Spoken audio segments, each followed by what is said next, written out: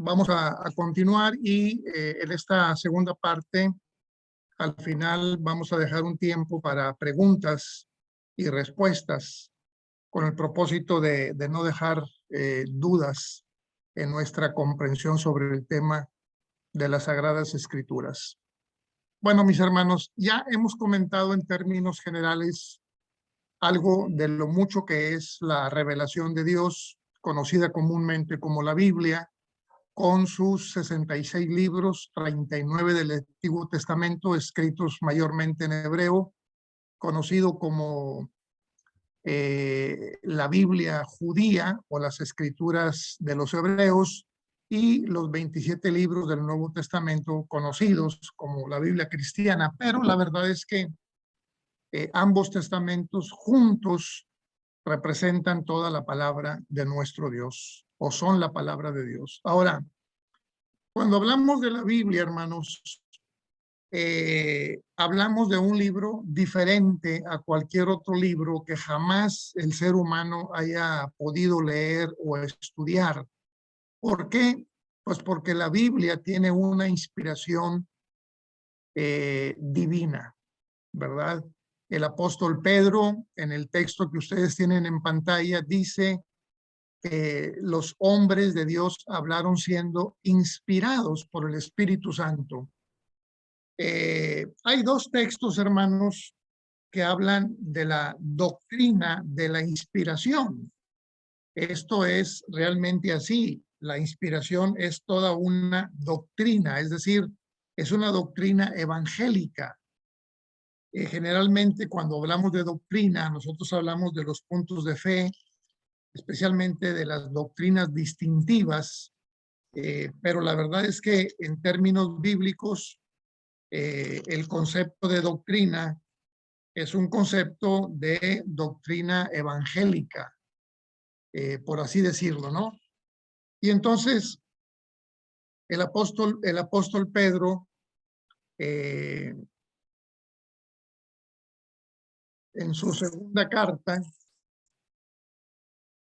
capítulo 1, versículos 20 y 21, que son el texto que ustedes tienen ahí, dice: entendiendo primero esto, que ninguna profecía de la Escritura es de particular interpretación, porque la profecía no fue en los tiempos pasados traída por voluntad humana, sino los santos hombres de Dios hablaron siendo inspirados del Espíritu Santo. El término inspirados viene de un término griego que es feromenoi. Feromenoi con F al principio. Feromenoi es el verbo que usa Pedro para hablar de la inspiración de la Biblia. Y este concepto de inspiración tiene que ver con la presencia de Dios por medio del Espíritu Santo en la persona del escritor, que lo lleva a escribir lo que Dios pone en su corazón. Quiero decir, hermanos, que la Biblia no fue producto de un dictado mecánico. Es decir, no es que Dios le habló a Pablo o a Pedro y les dijo: tomen un lápiz, un papel y apunten muy bien lo que les voy a dictar. No, no fue así. No fue así. Ninguna escritura fue así, diríamos en términos generales. Más bien, el Espíritu Santo entra en las personas que escribieron el texto y los inspiró, los movió para escribir lo que hoy tenemos como escritura. Ese es el concepto del feromenoi, es decir, fueron llevados de la mano de Dios para escribir lo que ahora nosotros conocemos como la Santa Biblia. Este es un fenómeno que solo tiene, desde el punto de vista cristiano, la Biblia, la palabra de Dios, que fue inspirada divinamente, ¿no? El texto de Segunda de Timoteo confirma lo que el apóstol Pedro está diciendo. En Segunda de Timoteo, capítulo 3, los versículos 3, 16 y 17, dicen así, hermanos. Toda escritura, note usted el texto, toda escritura, estoy leyendo segunda de Pedro 3, 16 y 17. Toda escritura quiere decir que no solamente el antiguo o no solamente el nuevo, sino que los dos, Antiguo y Nuevo Testamento, es inspirada. Aquí el concepto es uno diferente al que usa Pedro. Pedro, como comenté, usa feromenoi. Aquí Pablo usa theoneftos. Es una palabra un poquito más difícil. Theos, Dios, neftos, respirada por Dios. Toda escritura es respirada por Dios, o sea, exhalada por Dios, transmitida por Dios, es decir, divinamente. Dice aquí, útil para enseñar, para redarguir, para corregir, para instituir en justicia, para que el hombre de Dios sea perfecto, enteramente instruido para toda buena obra.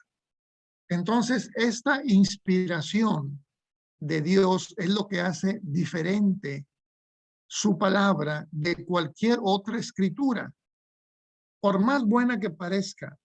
Y mire usted que hay buenos libros, magníficos escritores, obras maestras de una profundidad muy bella en muchos sentidos, y en todas las disciplinas de las ciencias humanas hay muy buenos libros, pero ninguno se puede comparar a la Biblia, porque por más buenos que parezcan esos libros, ¿verdad? Y en teología hay muchísimos libros, no dejan de ser de inspiración humana. Tienen errores. Pero cuando hablamos de la Biblia estamos hablando de la inspiración de Dios, ¿no? Como comenté, el Espíritu Santo entra en la mente, en el corazón de los escritores y los impulsa para que escriban las palabras que Dios ha querido que estén escritas. Entonces, así la Biblia y solo la Biblia permanece como autoridad escrita para los cristianos. Es la palabra inspirada por Dios. Vino directamente de Dios y fue revelada a la humanidad a través de sus siervos. Y ahí están los textos sagrados, ¿verdad? En lugar de un libro de sabiduría puramente humano o los mejores puntos de vista del hombre sobre Dios, la Biblia contiene lo que Dios quiere que sepamos acerca de sí mismo y de cómo hombres y mujeres pueden caminar satisfactoriamente ante Él. La Biblia es revelación divina, no puro razonamiento humano. Entonces, hermanos, este concepto es fundamental, ¿verdad? Repito, Dios entró en los escritores a través del Espíritu Santo y los movió para que escribieran lo que hoy tenemos como parte del texto sagrado en cada uno de ellos. Por eso decimos que no tiene error, porque fue inspirada divinamente, no humanamente, sino de parte de Dios. Escrita por seres humanos, de acuerdo, claro que sí, qué bueno. ¿Por qué? Porque es para los seres humanos. De hecho, Dios ha tenido que hacerlo así para que podamos conocerlo. ¿Por qué? Porque nosotros conocemos de Dios lo que Él ha permitido que conozcamos. Es decir, Dios ha tenido que rebajarse a nuestro nivel, hablar en nuestro idioma para que nosotros podamos conocerle. Porque ¿de qué otra manera podríamos hacerlo? Nosotros no somos seres divinos para subir al cielo, para platicar con Dios, para conocerle personalmente y para comprender su voluntad. No fue así. Más bien Dios se hizo carne para que nosotros pudiéramos conocerle y puso su voluntad revelada en la Escritura para que conociéramos cuáles son los propósitos de Él para la vida de los seres humanos. Entonces, en ese sentido, la Biblia es un libro diferente a cualquier otro escrito. ¿Cómo fue esta palabra de Dios revelada al hombre? Bueno, ya lo dijimos, ¿no? Ahí está el texto de Pablo a Timoteo en la segunda carta, capítulo 13, versos 16 y 17, que ya leímos, y también el texto del apóstol Pedro, en donde se habla de esta inspiración divina. Ahora, en resumen, de estos textos entendemos que toda escritura es el objeto, es decir, es el medio que Dios utilizó para revelarse, ¿no? Pero la fuente de inspiración es Dios mismo y quienes se benefician son los seres humanos con el cambio de vida y guía para una vida como regalo de Dios. Es exactamente lo que dice el apóstol Pablo, ¿no? Toda escritura es inspirada divinamente y es útil para enseñar, para corregir, para redarguir, para instituir al hombre en justicia, para que el hombre de Dios sea enteramente instruido para toda buena obra. Entonces, esta es, diríamos, la inspiración y el propósito de la Biblia. Ahora,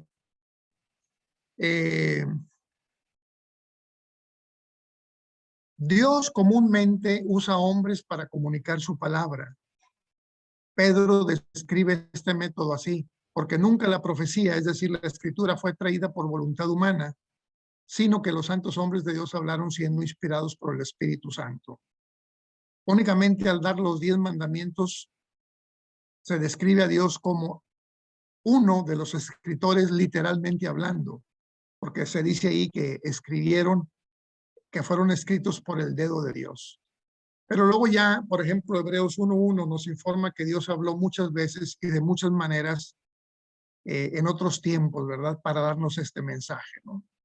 De hecho, el texto de Hebreos 1:1 es muy interesante porque dice que Dios, habiendo hablado de muchas maneras, déjenme leerlo para compartirlo literalmente, dice aquí el escritor, Dios, habiendo hablado muchas veces y en muchas maneras en otro tiempo a los padres por los profetas, en estos postreros días Dios nos habló por el Hijo, al cual constituyó heredero de todo, por el cual asimismo hizo el universo. Lo que se nos dice aquí, hermanos, es que en ese intento de Dios por darse a conocer a los seres humanos, en ese intento de Dios para enseñarles el propósito de vida a cada uno de los seres humanos, Dios utilizó muchos métodos, muchas maneras.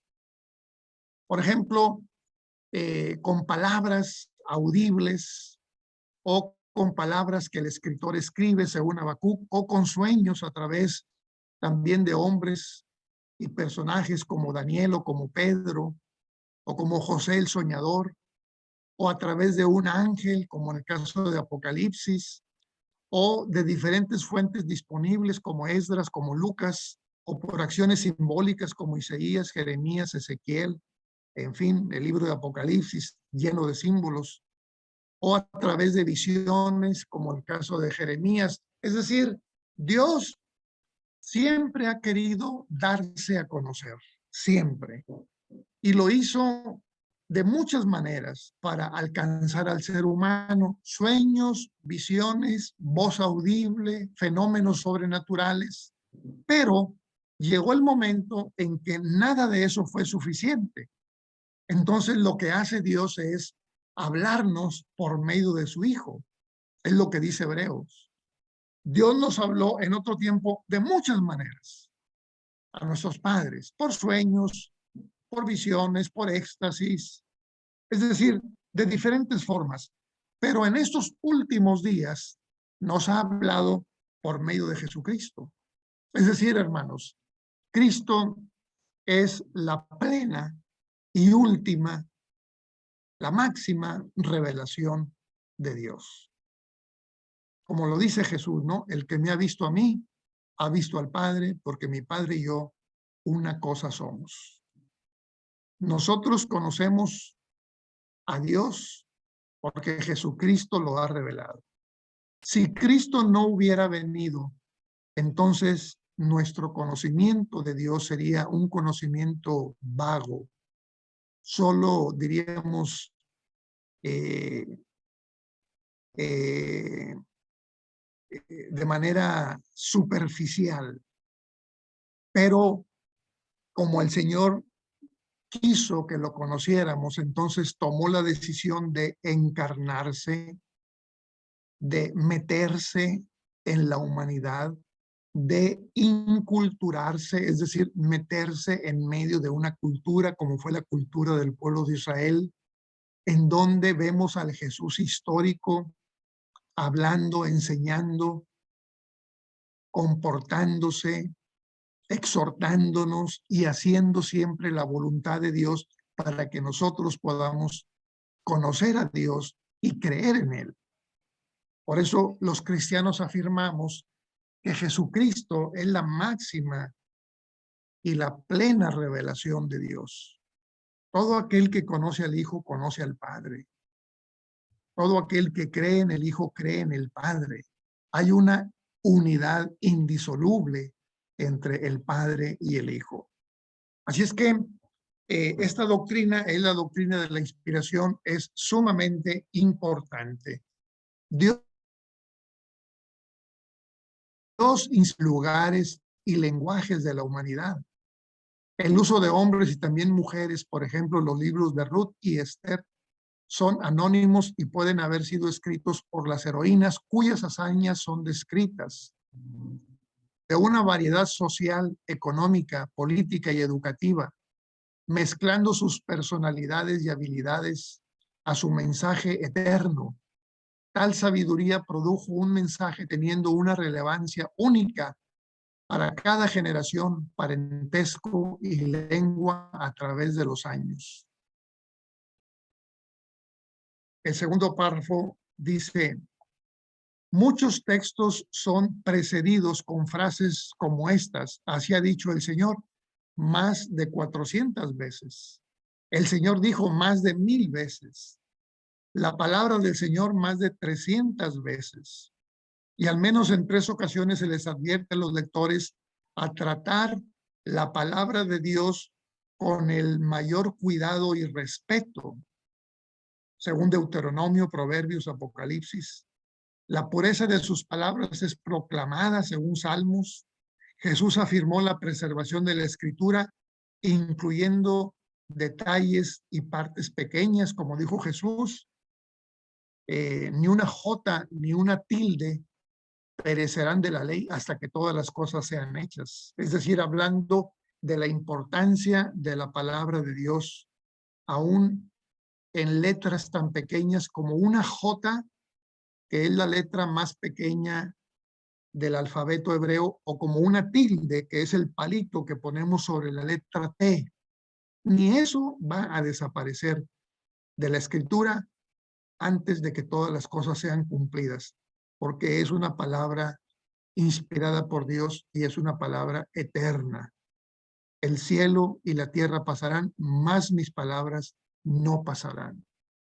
Ahora, es algo realmente maravilloso, hermanos, porque no obstante de la distancia entre los escritos del Antiguo Testamento y los del Nuevo, en donde hay miles de años, aunque son diferentes escritores, aunque se usan diferentes idiomas y en diferentes contextos, de todas maneras, la Biblia presenta una unidad. No hay contradicción en la Biblia.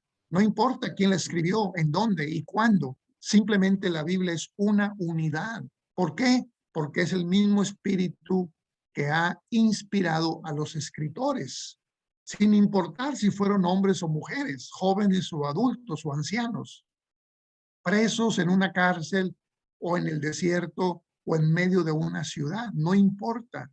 Hay una unidad en todo el pensamiento de la Biblia. ¿Cómo nos llegó la Biblia, hermanos? Bueno, esto también es muy interesante. También sobre este tema voy a recomendar la lectura de un par de libros que parece indispensable para una mejor comprensión, pero aquí tenemos un buen resumen. En nuestros días es fácil tener la muy cuidada colección de 66 libros de la Biblia en un solo volumen en nuestro propio idioma. Sin embargo, la escritura, distribución, reconocimiento, colección y preservación de la escritura es un proceso que nos regresa alrededor de unos 3.500 años, desde los tiempos de Moisés, es decir, siglos de años antes de Cristo hasta el cuarto siglo después de Cristo. Este proceso es conocido como canonización, es decir, la identificación de ciertos escritos como la única colección de autoridad, escritura dada por Dios, excluyendo la de otros escritos, ¿verdad? Una discusión completa de este proceso requiere un libro completo. Sin embargo, delineamos los conceptos básicos aquí. Es un resumen, hermanos, bastante escueto de cómo nos llegó a nosotros la Biblia, porque algunos quizá ingenuamente piensan que nos llegó ya con pasta y toda la cosa directamente caída del cielo, pero no fue así. Fueron libros escritos, como he dicho, por diferentes personas en diferentes materiales, pieles o papiros o algunos otros materiales en diferentes lugares, en diferentes épocas, pero manteniendo la unidad. Ahora bien, nosotros tenemos 66 libros, pero la verdad es que en el tiempo de Cristo ya había cientos de libros que pretendían ser inspirados por Dios. Ojo con esto, hermanos, porque la verdad es que este tema de cómo nos llegó la Biblia es muy interesante y también necesario comprenderlo. Muchos de ustedes han oído, por ejemplo, hablar del Evangelio de María o el Evangelio de Felipe, incluso el Evangelio de Judas. ¿Por qué no están entre los 66 libros de la Biblia? O algunos otros documentos del Antiguo Testamento. Bueno, pues ese fue un trabajo realmente extraordinario, un trabajo titánico, porque tomaron siglos para poder definir cuáles libros sí eran de inspiración divina y cuáles otros no. Ojo, hermano, no estamos diciendo que fueran falsos. No estamos diciendo que fueran falsos. Existieron. De hecho, existen todavía manuscritos de aquellas épocas. Lo que pasa es que cuando se forma el canon con los 66 libros, esos no fueron reconocidos como de inspiración divina. Entonces se quedaron afuera. ¿Quiénes hicieron este trabajo? Bueno, los que hicieron este trabajo son los que se conocen como los padres de la iglesia, o también fue un trabajo que se hizo en la época patrística, es decir, la época de los padres de la iglesia. Patrística viene de pater, ¿no? De los padres de la iglesia. Ahora, no confundir este concepto con los padres católicos de la religión popular, ¿no? No tienen nada que ver una cosa con la otra. La Iglesia Católica no aparece hasta el siglo IV, 321 después de Cristo, cuando Constantino se convierte, pero ya desde antes estaba el texto sagrado en formación. Los padres de la Iglesia fueron los discípulos de los apóstoles y también los discípulos de los discípulos de los apóstoles, hasta la tercera y cuarta generación. Clemente, Isidro, Policarpo, es decir, hay muchos hombres que forman, diríamos, esta época patrística y que se encargaron de recopilar los escritos que tenemos hoy y que forman la colección de los 66 libros. ¿Qué fue lo que hicieron ellos? Bueno, lo que hicieron fue recorrer las iglesias, las comunidades, para preguntarles a los miembros si reconocían o no ciertos documentos. Por eso digo, fue un trabajo que tardó siglos en hacerse y fue un trabajo titánico, recorriendo cada congregación para preguntarles, por ejemplo, si la carta que escribió Pablo a los Gálatas realmente fue de inspiración para la vida de ustedes. Y entonces los creyentes de aquella época dijeron, claro que sí, es una carta de Pablo y nos ha sido de bendición para nosotros. Así es que lo pusieron junto con los demás libros del canon sagrado. Pero llevaban otros libros, otros evangelios, porque hay muchos libros y evangelios. Pero la comunidad primitiva, la iglesia del primer siglo, del segundo y tercero y cuarto siglo, no los reconocieron como de inspiración divina. El evangelio de Felipe no fue reconocido, ni el de Judas, ni ningunos otros, solo los que están en la Biblia. Y entonces, esa generación fue la encargada de cerrar el canon bíblico.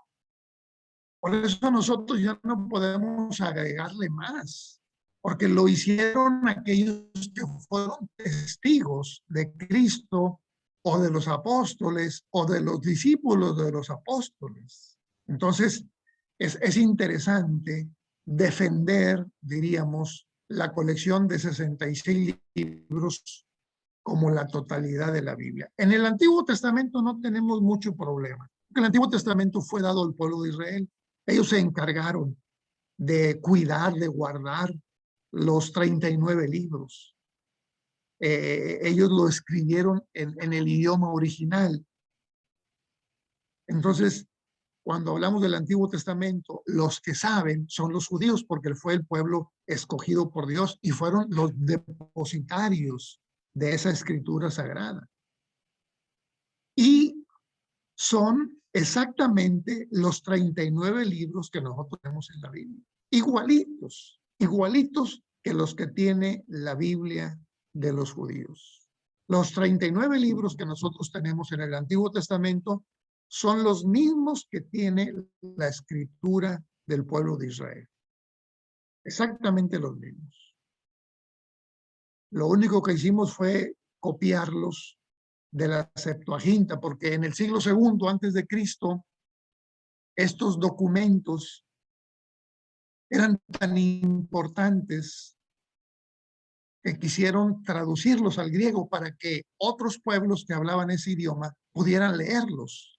Es como hoy, hermanos, cuando alguien quiere que su escrito sea conocido y leído por más personas, debe escribirlo en inglés. ¿Por qué? Porque es el idioma que más países hablan en el mundo. Bueno, en el antiguo tiempo, el idioma griego era el idioma más conocido. Entonces, lo que hicieron los judíos fue traducir los 39 libros del Antiguo Testamento al griego. Lo hicieron en el segundo siglo antes de Cristo. A esa traducción se le llama Septuaginta. ¿Por qué? Porque escogieron a 70 varones bilingües en hebreo y griego para que hicieran la traducción de los 39 libros. Tardaron años en hacerlo, pero maravillosamente cuando terminan, comparan los 70 escritos traducidos y eran absolutamente iguales. Entonces el pueblo de Israel aprobó la Septuaginta y se leyó por primera vez, repito, antes de Cristo, ya en el idioma griego. Entonces, en el Antiguo Testamento no tenemos nada que moverle porque está exactamente como lo tiene el pueblo de Israel. Y en el Nuevo Testamento, pues ya dijimos que son 27 libros que los apóstoles, los discípulos de los apóstoles y la tercera y cuarta generación de esos discípulos reconocieron los evangelios de Mateo, Marcos y Lucas, Hechos de Lucas, Los escritos paulinos, que son prácticamente la mitad del Nuevo Testamento, son 13. Los escritos de Pedro, los escritos juaninos, es decir, los 27 libros que tenemos en el Nuevo Testamento. Y se cerró el canon. ¿Por qué? Porque los demás que circulaban en aquellos tiempos no fueron reconocidos como inspiración divina por parte de la iglesia primitiva. Bueno, ya lo comenté. Esto también, pues, es prácticamente lo que les he dicho. Y vamos a concluir aquí, hermanos, con la teoría de nuestra clase en esta tarde. Cuando nos acercamos a la Biblia, es con el reconocimiento que examinamos la palabra escrita de Dios. Toda la escritura provino de Él cuando Él movió a hombres santos para registrar, profetizar, recordar y proclamar su palabra inspirada, mientras Él trabajó de acuerdo con de acuerdo con autores humanos y sus limitaciones de tiempos y culturas. Está claro que la palabra de Dios excede esas limitaciones y que por lo tanto podemos confiar que las escrituras originalmente escritas son en efecto la palabra inspirada de Dios, de autoridad e infalibilidad. La Biblia es completamente única en este aspecto y es por lo tanto nuestra regla autoritaria de fe y práctica.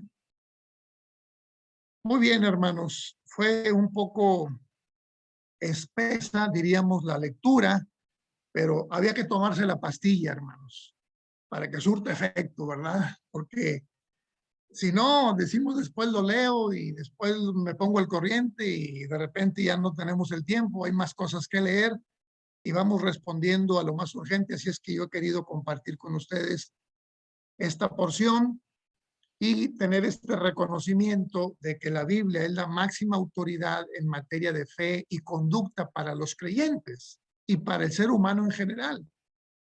¿Por qué? Porque de ahí se desprenden todas las demás doctrinas distintivas que nosotros y los demás cristianos tenemos.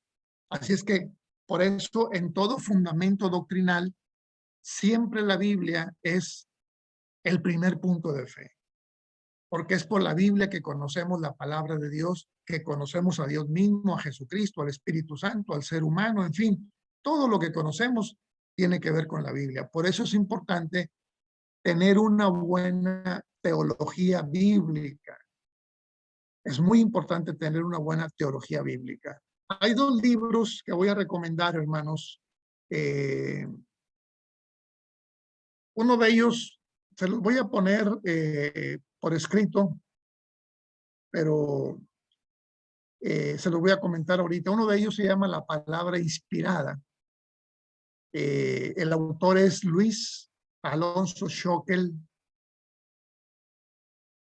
La editorial es Herder con H. Herder, es viejo el libro, 1989, pero yo no he leído nada que sea mejor que esto. Y el segundo libro es también igualmente revelador, ¿no? El autor se llama, bueno, el libro se llama La Revelación Especial y la Palabra de Dios. El autor se llama Bernardo, pero sin la O, Bernard. Y luego el apellido es Ram, R-A-M de mamá, Bernard Ram. Está escrito en Argentina, la editorial La Aurora publicó este libro. Y es también, hermanos, una lectura obligada. En todos los colegios y seminarios bíblicos de todas las denominaciones leen a Luis Alonso Schockel y a Bernard Ram, ¿no? Esto es como para profundizar en la clase que vimos hoy acerca de lo que es el canon bíblico. Muy bien, hermanos. ¿Cómo se sienten, hermanos? ¿Qué les pareció? ¿Está pesadito el asunto o se entendió más o menos? díganme su opinión. Pueden abrir sus micrófonos y yo les voy dando la palabra. Y también por si hay alguna pregunta, ¿verdad? Yo puedo con todo gusto ampliarla, ¿verdad? Yo tengo una pregunta, hermano. Sí, hermano Pedro, adelante. Me da gusto saludarlo y verlo. Dios le bendiga, hermano. Qué bueno también que nos pueda acompañar. Hermano, es que dentro de la enseñanza que nosotros hemos recibido de lo que son traducciones y historia de la Biblia, yo miraba que la Septuaginta, la griega, su merced decía que tiene 60 libros, 66 libros, ¿o cuántos libros No, tiene no, eso? no. La Septuaginta es la traducción del Antiguo Testamento, del hebreo al griego. Son 39 libros. Son 39, ¿no? Pero es que yo miraba acá de lo que de pronto nos han compartido. No sé si estoy equivocado, pero dice que tiene 53 libros, No, la Septuaginta griega. No no, no, sé, no. ¿sí? O sea, libros históricos, libros poéticos, y ahí es donde está Tobías, primera Macabeos, segunda Macabeos, tercera Macabeos, cuarta Macabeos. Pero Ok, ahorita me confundí, ¿no, hermano? Con lo que su ok. merced me está diciendo. Déjame explicarle entonces porque, bueno, tiene razón en cuanto a que están esos libros. Esos libros, hermanos, se conocen como libros, ojo con este concepto, deuterocanónicos. Anote la palabra, deuterocanónicos, como Deuteronomio. ¿Quién de ustedes sabe lo que significa la palabra Deuteronomio? Deutero, después. Nomos, ley. El Deuteronomio es el libro que habla después de la ley. ¿Por qué? Porque la ley ya se había dado en Éxodo, pero se volvió a dar después en Deuteronomio. Por eso el libro se llama Deuteronomio, es decir, después de la ley vino otra vez la ley de Dios. Ahora, entonces, ese mismo concepto, deutero, canónicos. ¿Qué quiere decir? Bueno, que Tobías y que Macabeos y que Judith y todos ellos, esos libros fueron agregados deuterocanónicos después del canon. Después del canon. Los introduce la Iglesia Católica. En la Biblia Católica están esos libros, pero no están esos libros en la Biblia judía de los 39 libros. Esa es la gran diferencia. No sé si me expliqué, hermano Pachón. Sí, hermano. Gracias. Tenía dos preguntas más ahí, Viene, hermano. viene, viene. Tenemos Respecto, 20 res- minutos más. respecto a si inspiración es igual a revelación, y si dentro de lo que su merced nos habla de un credo abierto, es que nosotros podemos recibir de pronto enseñanza, digamos otro tipo de enseñanza, pero tenemos el discernimiento para escoger lo que realmente nos sirva o no nos sirva. No sé si el credo abierto está dentro de esa parte, hermano. No, cuando hablamos de credo abierto estamos hablando del dogma de la iglesia. El dogma está abierto por si tenemos un mejor entendimiento de la doctrina bíblica, podemos cambiar nuestro dogma. Lo que está cerrada es la revelación de la palabra de Dios. No es lo mismo revelación que inspiración. Revelación viene del griego apocalipsis, que significa dar a conocer. Inspiración viene del griego feromenoi, es decir, motivar al escritor para que escriba lo que tenemos en la Biblia. Ahora, en cuanto a la revelación, Dios se ha rebajado, Dios se ha rebajado para darse a conocer porque nosotros estamos abajo. Y como no podemos subir, porque no somos Dios, somos humanos, entonces Él desciende para revelarse, para darse a conocer. Hay un texto que es maravilloso, el Salmo 40, dice, pacientemente esperé a Jehová y se inclinó a mí. Fíjense lo que hace Dios, hermanos. Dios se inclina, es decir, Dios se rebaja por amor a nosotros. por amor a nosotros. Es rebajarse para ver qué necesitamos, para ver qué nos va a dar, para enseñarnos quién es Él, para que entendamos cuál es el propósito de Él para nuestra vida. Dios se rebaja, porque no había otra manera de hacerlo. A eso se le conoce como revelación. Dios se pone al alcance de nosotros. O sea, si a mí me dicen que Dios está en la luna, a mí me da igual porque yo jamás voy a poder ir a la luna. No soy lunático, soy terrícola. Si me dicen que está en Marte, pues ¿qué gano con eso? Pues no soy marciano, ¿verdad? Soy terrícola. Entonces Dios viene a la Tierra. A ese fenómeno se le llama revelación, pero ojo también, porque hablando de revelación de la palabra, hay dos revelaciones. La revelación general, por medio de la creación, los cielos cuentan la gloria de Dios. O sea, la misma creación nos habla de cómo es Dios, ¿no? Es una revelación de Dios. Si la creación es grande, imagínense al creador. Pero la revelación general de la creación no es suficiente. Yo necesito detalles para saber quién es Dios, cómo es Dios, qué quiere Dios de mí. Y entonces Dios dice, bueno, tú quieres detalles, bueno, los vas a tener. Y viene Cristo. Y viene Cristo y me dice, mira, hay que amar a Dios con todas tus fuerzas y hay que amar a tu prójimo como a ti mismo. Entonces yo lo entiendo. Y me lo dice en español, que es el idioma que yo entiendo. Entonces ya Dios se ha revelado de manera plena por medio de Jesucristo, que nos explica perfectamente bien cuál es la voluntad de Dios. Ahora, yo hablaba al principio de una revelación abierta. Cuidado con aquellos, ¿verdad?, que piensan que Dios les habla, ¿verdad?, y que les da instrucciones. Durante la década de los 90 había mucho este fenómeno de la revelación abierta.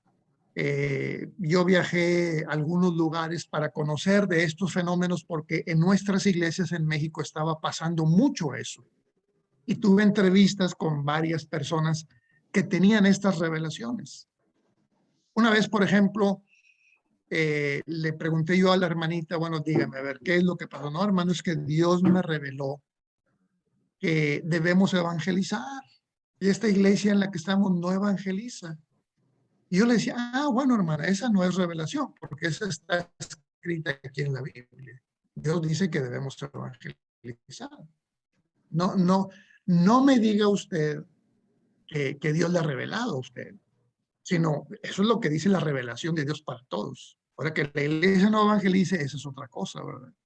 Ahora, si alguien dice, no, es que Dios me reveló, hermana, que yo me voy a casar con usted, eso ya es otra cosa, porque eso no dice la Biblia, ¿no? Eso es un sueño. Es malo.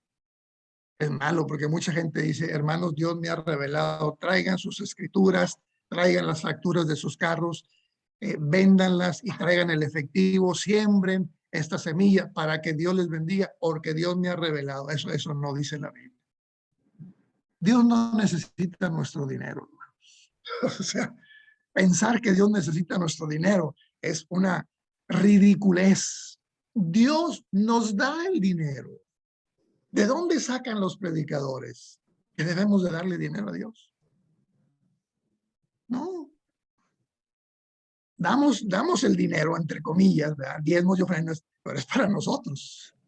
No se lo enviamos al cielo a Dios, ¿o sí? No se lo enviamos a Dios. Se queda en la tesorería, está en el banco. ¿Y quiénes lo van a gastar? ¿Dios?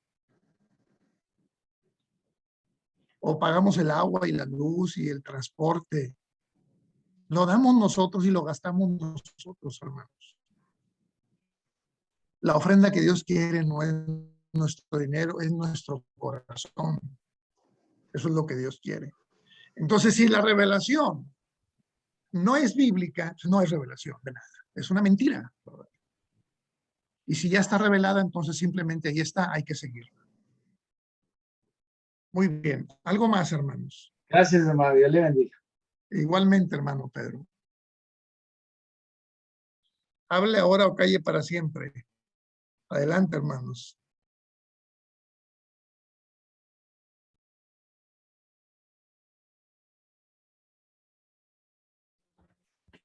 Hermano Ramón, Sí, hermana Veré.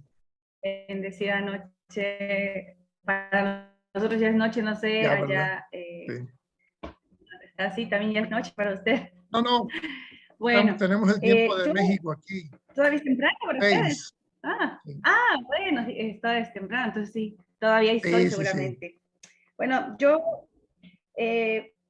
quisiera comentar solamente 3 cosas con las que yo me quedo de su clase. La verdad que muy, muy interesante, muy amplia, muy completa y creo que también en alguna medida compleja, ¿no? Y creo que estamos, tenemos que estar más bien con toda la mentalidad abierta, con el Espíritu del Señor también, para poder ir discerniendo todo lo que usted nos ha venido hablando.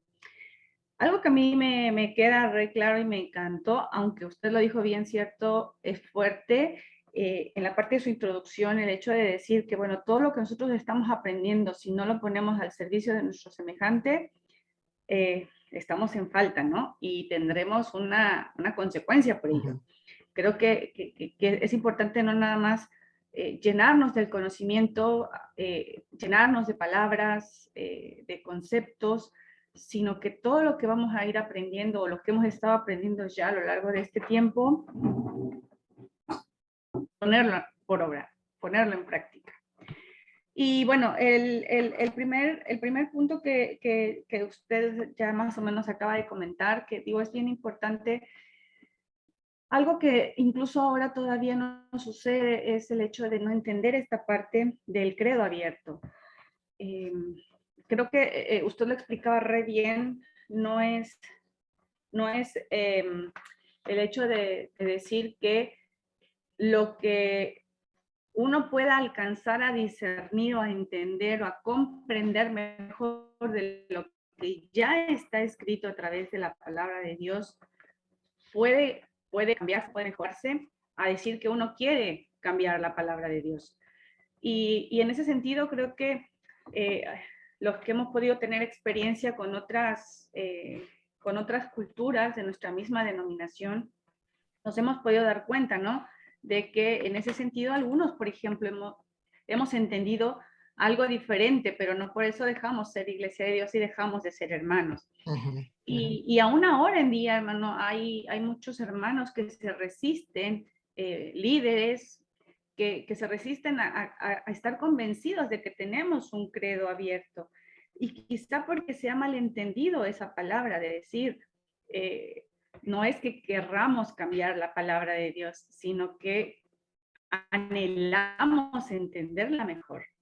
Y bueno, creo que eso es algo importante que debemos entender, que no es lo mismo entender lo que ya está escrito de una mejor manera o de una manera más clara o de una forma diferente, como usted lo explicaba bien. En su momento se creía que Jesús había sido creado y demás, a lo que ahora comprendemos de que Jesús es el Hijo de Dios y que Él formó parte de la creación, no como lo concebíamos. Y así, bueno, podríamos enumerar muchas cosas, pero creo que este concepto, este punto es más bien re importante alcanzar a distinguir la diferencia que usted marcó. Y bueno, el otro punto que a mí me queda es que si uno quiere entender la palabra, usted lo mencionaba en una de sus diapositivas, debemos entender que ha sido inspirada por Dios, pero debemos dejar que el Espíritu Santo sea el que nos ayude a poder interpretarla de la mejor manera. Y muchas veces queremos hacerlo por solo el conocimiento, ¿no? Y creo que eso no nos alcanza. Usted ha repetido a lo largo de su clase, somos seres humanos imperfectos y nuestro conocimiento o nuestra comprensión por sí sola no da para poder interpretar la palabra de Dios. Y algo que creo que siempre debemos rogar al Padre, suplicarle, es estar llenos de su Espíritu, que su Espíritu Santo sea el que nos guíe para poder ir creciendo en esa medida, al poder leer su palabra, que no sea solo ese conocimiento, como decía, ¿no?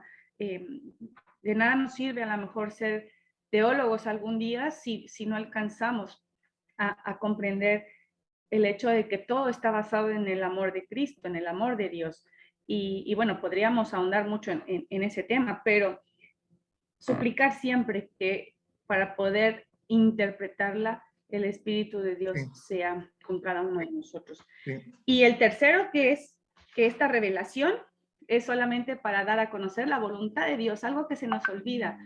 Insisto, a veces, sobre todo en este tipo de seminarios, nos llenamos o nos queremos llenar de conocimiento y queremos saber y saber y saber y saber y saber, y podemos a lo mejor sabernos de memoria la Biblia completa, pero no entendemos cuál es la voluntad del Padre, no entendemos ni sabemos qué es lo que Él ha anhelado para nosotros. Entonces, creo que no nada más es ver la Biblia como un libro que nos puede dar conocimiento, sino saber realmente qué es lo que Dios ha anhelado para el ser humano. Y eso es con lo que yo me quedo de su clase, pastor. La Gracias. verdad que muy, muy bueno, muy claro para mí. Así que, bueno, Dios le bendiga, pastor. Gracias, Bere. Aprecio mucho sus palabras. Pues sí, efectivamente, necesitamos nosotros también del Espíritu. No hay otra manera de interpretar la Biblia si no es por la influencia del Espíritu Santo. Pablo dice que el hombre animal no entiende las cosas que son de Dios porque se han de examinar espiritualmente. Así es que antes de abrir la Biblia, cada vez que vayamos a hacerlo, debemos pedir por la unción del Espíritu Santo. Y bueno, no tener temor, ¿verdad? A nuevos conocimientos, estar abiertos para lo que Dios quiera enseñarnos, porque el fenómeno en teología se llama iluminación. Iluminación. Dios nos ilumina para entender lo que está revelado. Así es, nada más. Muy bien. ¿Quién más, hermanos, quiere compartir algo antes de concluir nuestra clase? Hermana Lucy. Sí. Que ya se nos va mañana de regreso a México, por cierto. Vamos a orar por ella, hermanos, porque va a ver a su madre que está convaleciendo de una cirugía. Su papá también sufrió un accidente. Estamos orando por ti, Lucy. Dios te bendiga mañana. Sí, muchas gracias, hermano. Bueno, es solamente comentar que estamos viviendo tiempos muy difíciles donde hay muchos críticos modernos donde critican la palabra de Dios. Esto no es nuevo, lo sabemos, viene desde la antigüedad, pero nosotros como hijos de Dios tenemos que estar bien, nuestra fe bien fundamentada en Dios y creer que la palabra fue escrita e inspirada por Dios, palabra dada por Dios y que aunque eran hombres imperfectos, Dios los usó para que esa palabra quedara escrita para nosotros, para que Dios, nuestro Dios tuviera esa comunicación con nosotros, se reveló a nosotros porque nos amó y porque tenía un plan maravilloso para nosotros. Los tiempos son difíciles, tenemos que estar en comunión con Dios, en ese sentir de la presencia del Padre. Y yo creo que como en aquellos tiempos también Dios sigue revelando a sus siervos cuando nosotros buscamos de Dios y escudriñamos la palabra y la hacemos nuestra. Dios nos revela misterios en ella y nos enseña a caminar por esas sendas de justicia, por amor a nosotros, ¿verdad? Por amor a Él, por amor a su nombre. Entonces, solamente eso, que nosotros tenemos que estar siempre bien, aunque tenemos que estar abiertos, ¿verdad? A nuevas, tal vez a nuevos conceptos, a nuevas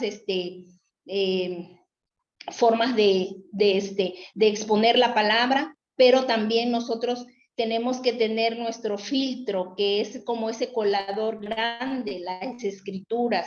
No importa que vengan otras ideas, pero que nosotros podamos conocer las escrituras, conociendo las escrituras y sabiendo lo que Dios tiene para nosotros, nosotros vamos a saber discernir, ¿verdad? Su Espíritu Santo nos va a enseñar y nos va a dar esa delicia de cuando viene una palabra y el Espíritu Santo te hace convicción en tu corazón y tú sabes que es palabra de Dios porque está escrita.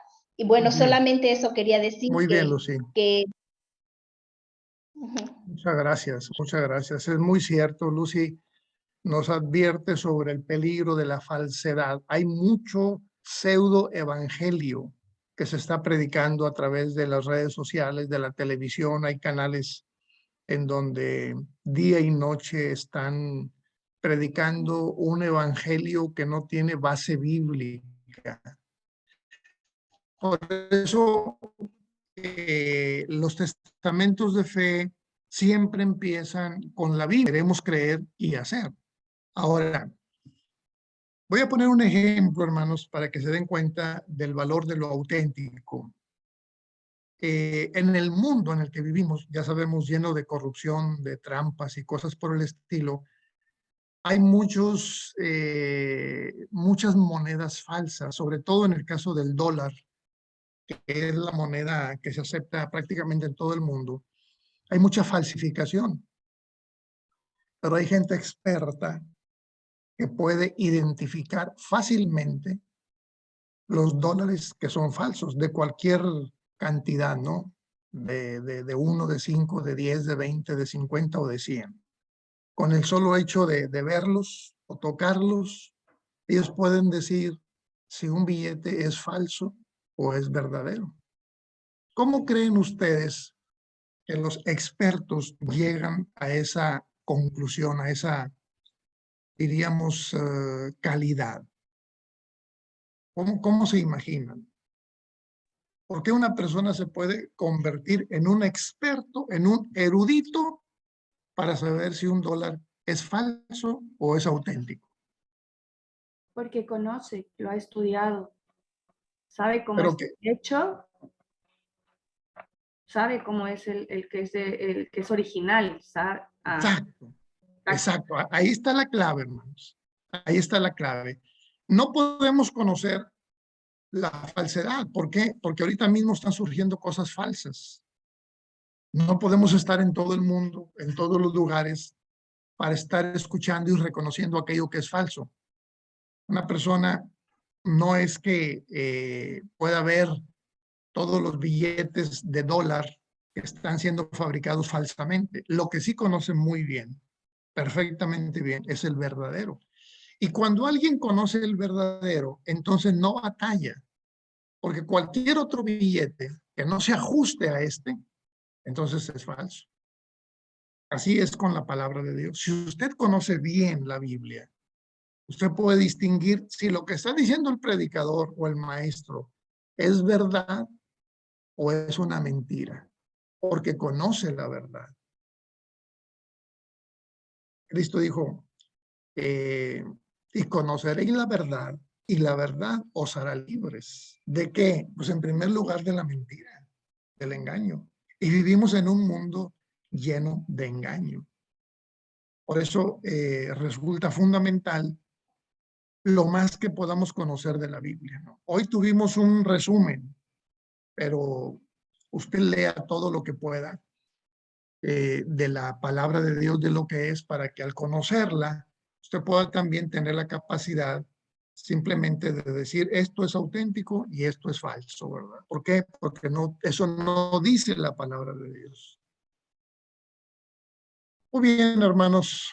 Pues vamos a concluir aquí la clase entonces, hermano Abraham. Muchas gracias por su paciencia, hermanos. Y pues despedimos nuestra clase. Nos vamos a ver, si Dios quiere, el miércoles.